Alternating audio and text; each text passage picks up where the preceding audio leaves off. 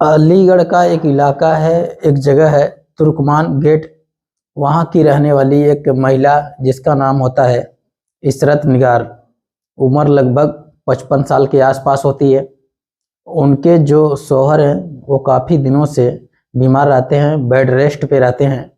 एक दिन उन्होंने अपने बेटे ईशांत से कहा कि बेटा, मैं हज जाना चाहता हूँ, हज करना चाहता हूँ, क्या तुम मुझे हज कराओगे? जैसे ही ईशांत ने ये बात सुनी, उसने कहा कि अम्मी परेशान क्यों होती हो, कुछ डॉक्यूमेंट पूरे करने होते हैं, इसके बाद आवेदन करना होता है ये, और इस बार हम आपके लिए आवेदन कर देंगे।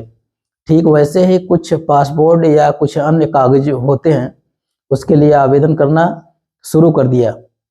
11 दिसंबर 2023 को नगर कोतवाली से फ़ोन आता है कि आप अपना वेरिफिकेशन करा के यहाँ से चले जाओ। जैसे ही ये वेरिफिकेशन की कॉल आती है, ईशांत अपने अम्मी इशरत को लेकर सीधा कोतवाली पहुँचते हैं और कोतवाली में जाकर खड़े हो जाते हैं, अपने इंतज़ार करते हैं। अभी वो अपने बारी का इंतज़ार कर रहे थे, इसी बीच में कोतवाली के अंदर एक दरोगा मौजूद थे जिनका नाम होता है मनोज कुमार शर्मा। मनोज कुमार शर्मा के हाथ में कुछ कागज लगे हुए हैं, वो अपने काम में बिजी हैं। इसी बीच में उनके पास एक मुंशी आता है, मुंशी का नाम होता है संदीप कुमार, और मुंशी सरकारी पिस्टल उनके हाथ में देते हुए कुछ बात कर रहा था, और बातचीत करने के बाद वहाँ से जैसे ही हटता है तो मनोज कुमार शर्मा ने उस पिस्टल को कोक किया, और वो देख रहे थे, और देखते ही देखते ट्रिगर दब जाता है, गोली चल जाती है। जैसे ही गोली चलती है, वहीं पास में खड़े हुए इशरत निगार के सर में गोली लगती है और एकदम से सन्नाटा सा फैल जाता है। दरअसल ये पूरा का पूरा दृश्य है सीसीटीवी कैमरे में कैद हो जाता है। कुछ दिन के बाद, यानी 4-5 दिन के बाद, इशरत निगार की मौत हो जाती है, और वो जो दरोगा था वो अपनी जान बचाने के लिए इधर उधर भागने लगता है। हालांकि पुलिस ने उस पर 30,000 रुपये का इनाम घोषित किया है। कुछ दिन के बाद गिरफ्तार करके जेल भेज दिया। इस पूरे घटनाक्रम में न केवल एक महिला थी की जिंदगी खत्म हो जाती है पूरी तरह से, बल्कि एक दरोगा, एक मुंशी जो होता है, उनका भविष्य भी अंधकार की ओर चला जाता है। कहते हैं कि मौत की काली नहीं होती, इससे कि मतलब कि हर किसी को आना होता है। जैसे हिल्या रिजेक्ट, जैसे कोई भी व्यक्ति को काम करेगा तो उसके लिए कुछ न कुछ करना पड़ेगा, तब जाकर उसको इनकम होगी, आमदनी होगी, तब जाकर उसका पेट भरेगा। और मौत जो होती है उसका कोई ना कोई बहाना होता है। वो कभी बीमारी के रूप में आती है, कभी एक्सीडेंट के रूप में आती है। जैसे क्या इशरत निगार की मौत आई थी।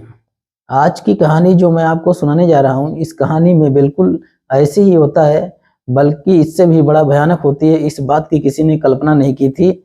महज एक कप चाय के लिए 4 लोगों का कत्ल हो जाता है, वो भी इतना भयानक। जहाँ जहाँ तक ये खबर पहुँचती है, लोगों को यकीन नहीं होता कि ऐसा भी हो सकता है। नमस्ते, प्रणाम, हर हर महादेव। मैं ओम प्रकाश पाल। आज की जो सच्ची घटना मैं आपको सुनाने जा रहा हूँ, ये सच्ची घटना है बिहार प्रदेश के जिला औरंगाबाद के। बात कर रहा हूँ 15 जनवरी 2024 की। लगभग 3:15 शाम का वक्त था। पुलिस कंट्रोल रूम का फोन पहुंचता है, क्या आप जितनी जल्दी हो सके जल्दी से मौके पर पहुंच जाइए। जिस व्यक्ति ने फ़ोन किया था वो बहुत ज़्यादा हड़बड़ाया हुआ था, अपनी बात कहने पर असमर्थ हो रहा था। उधर पुलिस कंट्रोल रूम में जो व्यक्ति बात सुन रहा था, उसने कहा था कि आप परेशान मत होइए, आप ये बताइए क्या आप कहाँ से बोल रहे हैं। वो कहता है कि मैं जिला औरंगाबाद की थाना नबी नगर है, वहाँ का एक तैतरिया चौक है, और तैतरिया चौक से बात कर रहा हूँ। जितनी जल्दी हो सके पुलिस को भेज दीजिए। पुलिस ने जैसे ही सूचना सुनी, उसके बाद नवीनगर को सूचना दी जाती है। नवीनगर के एसएचओ होते हैं मनोज कुमार पांडे। मनोज पांडे अपने टीम के साथ मौके पर पहुंच जाते हैं और जैसे ही मौके पर पहुंचते हैं, एक व्यक्ति है तैतरिया चौक पर जो खून से पूरी तरह से लथपथ हैं। उम्र लगभग 60 साल के आसपास रही होगी। इससे पहले कि उस व्यक्ति की नष्ट टोल के देखी गई तो वो व्यक्ति मर चुका था। कुछ ही पास एक लड़का है जिसकी उम्र लगभग 22-23 साल के आसपास होगी। उस व्यक्ति की, उस लड़के की जब नस टटोली जाती है तो वो भी मर जाता है। तभी दौड़ते हुए एक व्यक्ति आता है, कहता है कि साहब जल्दी से आइए, यहाँ पर एक लाश पड़ी हुई है। यानी कि अभी तक पुलिस को 2 लाशें मिल चुकी हैं और एक और लाश जब सूचना मिलती है तो पुलिस वहाँ पर दौड़कर पहुँचती है और कुछ फासला था, वहाँ पर एक नहर है, नहर के अंदर एक लाश पड़ी हुई है। अब पुलिस ने जैसे ही लाश को बाहर निकाला तो पता चलता है कि 3 लोग और हैं जो बहुत ही गंभीर रूप से घायल हैं और वो जिंदगी मौत की जंग लड़ रहे हैं। पुलिस जैसे ही ये खबर सुनी, पुलिस दौड़ते ही आई और आने के बाद जो 3 घायल होते हैं उन घायलों को उपचार के लिए हॉस्पिटल ले जाया जाता है। लेकिन एक व्यक्ति उस रास्ते में दम तोड़ देता है। यानी कि अब तक 4 लोग मर चुके थे। 2 घटना स्थल पर मिलते हैं, एक नहर में मिलता है और एक व्यक्ति जो होता है वो घायल था, वो रास्ते में अस्पताल पहुंचते पहुंचते दम तोड़ देता है। अब सिर्फ 2 बच्चे बचे हुए थे घायल, वो भी अपनी जिंदगी मौत की जंग लड़ रहे थे, जीतने की कोशिश कर रहे हैं। वो काश जीत जाएं और जीवित रह जाएं। इसमें एक वकील अंसारी होता है और एक का नाम होता है अजीत शर्मा। अजीत शर्मा और वकील अंसारी का गया एक जगह है, वहाँ पर एक हॉस्पिटल है, उसी हॉस्पिटल में इलाज चल रहा है। और जैसे ही कुछ अधिकारी, चाहे एसडीपीओ सदर औरंगाबाद अमानुल्लाह खान हो या फिर इस इलाके के यानी एसपी सपना गौतम मिश्रा हो, तो भारी पुलिस बल के साथ मौके पर पहुंच जाते हैं ये देखने के लिए आखिरकार 4 लोगों की हत्या क्यों हो जाती है और 2 लोग इतने गंभीर रूप से घायल हो गए हैं। और घायल होने के बाद जब इस मौके की जांच पड़ताल की जाती है, वाकई अपने आप में बहुत आश्चर्य करने वाली बात थी कि आखिर छोटी सी बात पर 4 कत्ल कैसे हो गई। दरअसल बिहार प्रदेश का एक जिला लगता है पलामू, पलामू का ही एक इलाका लगता है हैदरनगर। हैदरनगर के रहने वाले 5 युवा होते हैं और 5 लड़के, सबकी उम्र 25 साल से 30 साल के आसपास की बताई जाती है। एक लड़के का नाम होता है मुजाहिद राइन, एक का होता है अरमान अंसारी, एक होते हैं चमन अंसूरी, एक वकील अंसारी, एक अजीत शर्मा। दरअसल ये पांचों के 5 युवा कार लेकर हैदरनगर से सासाराम के लिए निकलते हैं। इनका मकसद था कि मज़ार पर जाएंगे, वहाँ पर अपनी जियारत करेंगे, जियारत करके वापस आ जाएंगे। और जैसे ही ये निकलने जा रहे थे तो रास्ते में एक जगह पड़ती है।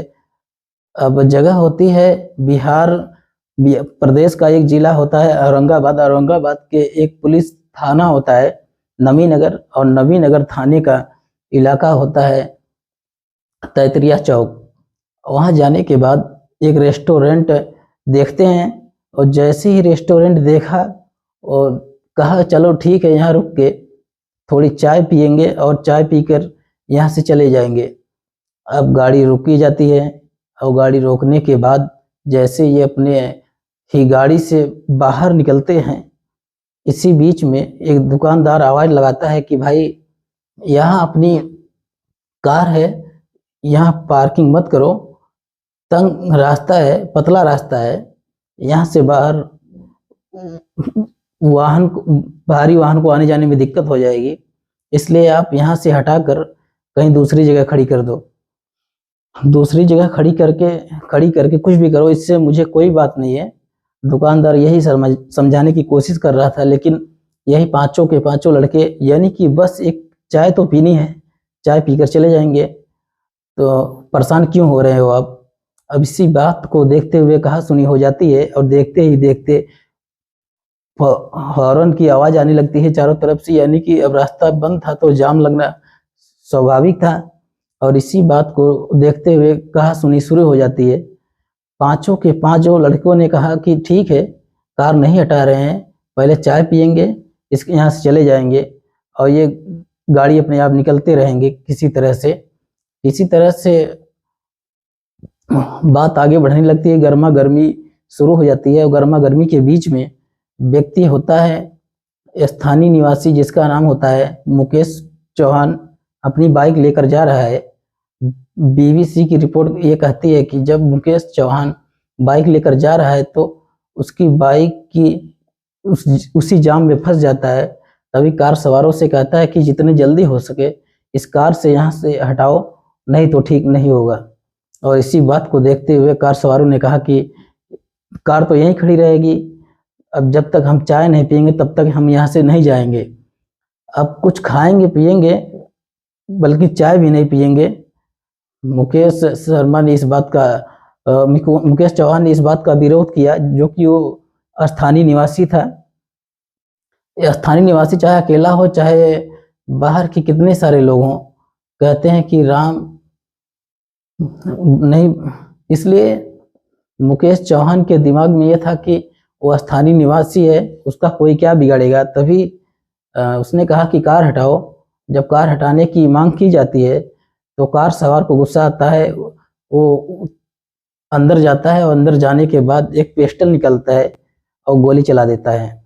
जैसे ही गोली चलती है मुकेश चौहान तो बच जाता है और पास में खड़े हुए एक बुजुर्ग व्यक्ति होते हैं जिनका नाम होता है राम शर्मा चौहान। दरअसल राम शर्मा चौहान जो होते हैं वो 2:45 पर घर से निकले थे कि मैं आज की शाम सब्जी लेने जा रहा हूँ, बाजार जा रहा हूँ। बाजार जाने के लिए कहकर निकले थे।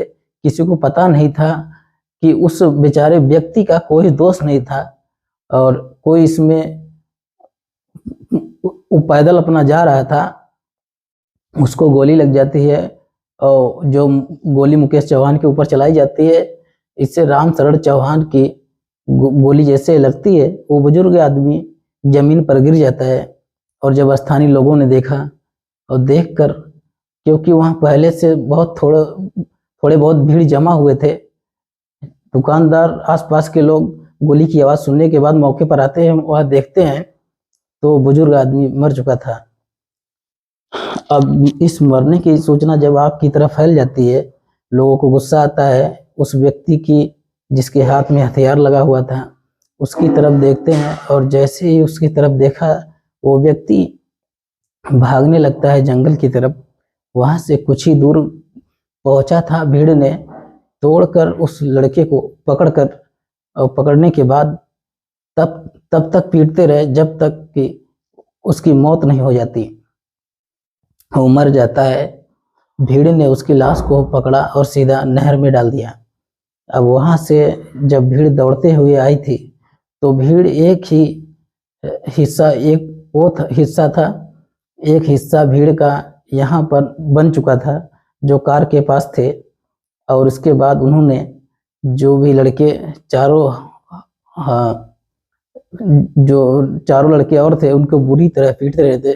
और पीटते पीटते उसमें एक लड़का और होता है, वो भी मौके पर मारा जाता है। लेकिन 3 लड़के ऐसे होते हैं जो गंभीर रूप से घायल हो जाते हैं।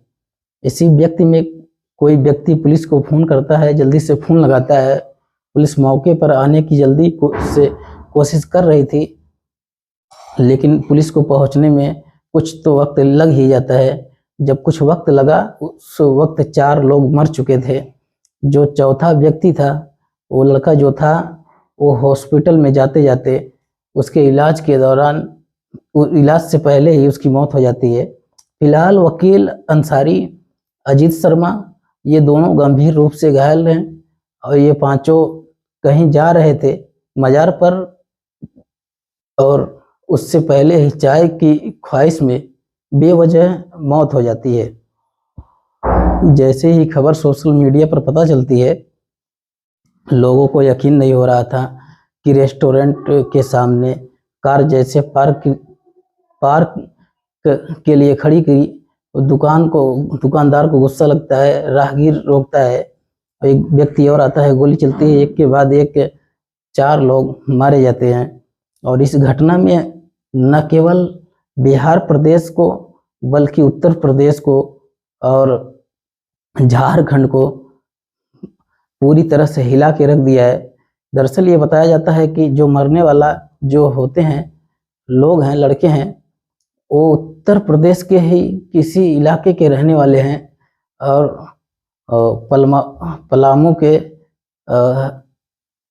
हालांकि पुलिस इस मामले में जांच पड़ताल कर रही है। पुलिस की कोशिश है कि जो भी व्यक्ति इस घटना में आरोपी हैं उनके खिलाफ सख्त से सख्त कार्रवाई की जाएगी और साथ ही जो इस इलाके के एसएसपी होते हैं, एसएसपी ने 2 एफआईआर दर्ज की है और दोनों एफआईआर दर्ज करने के बाद ये पता लगाने की कोशिश कर रहे हैं कि आखिरकार क्या मामला है क्या नहीं है।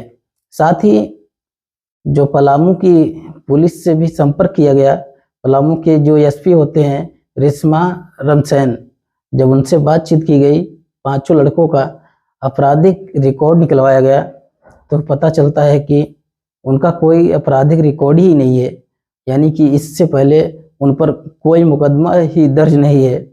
लेकिन सवाल यही उठता है कि आखिरकार जब उनके खिलाफ कोई आपराधिक रिकॉर्ड दर्ज नहीं है, वो पिस्टल, वो बंदूक, वो जिससे गोली चली थी, वो आखिरकार कहाँ से आई।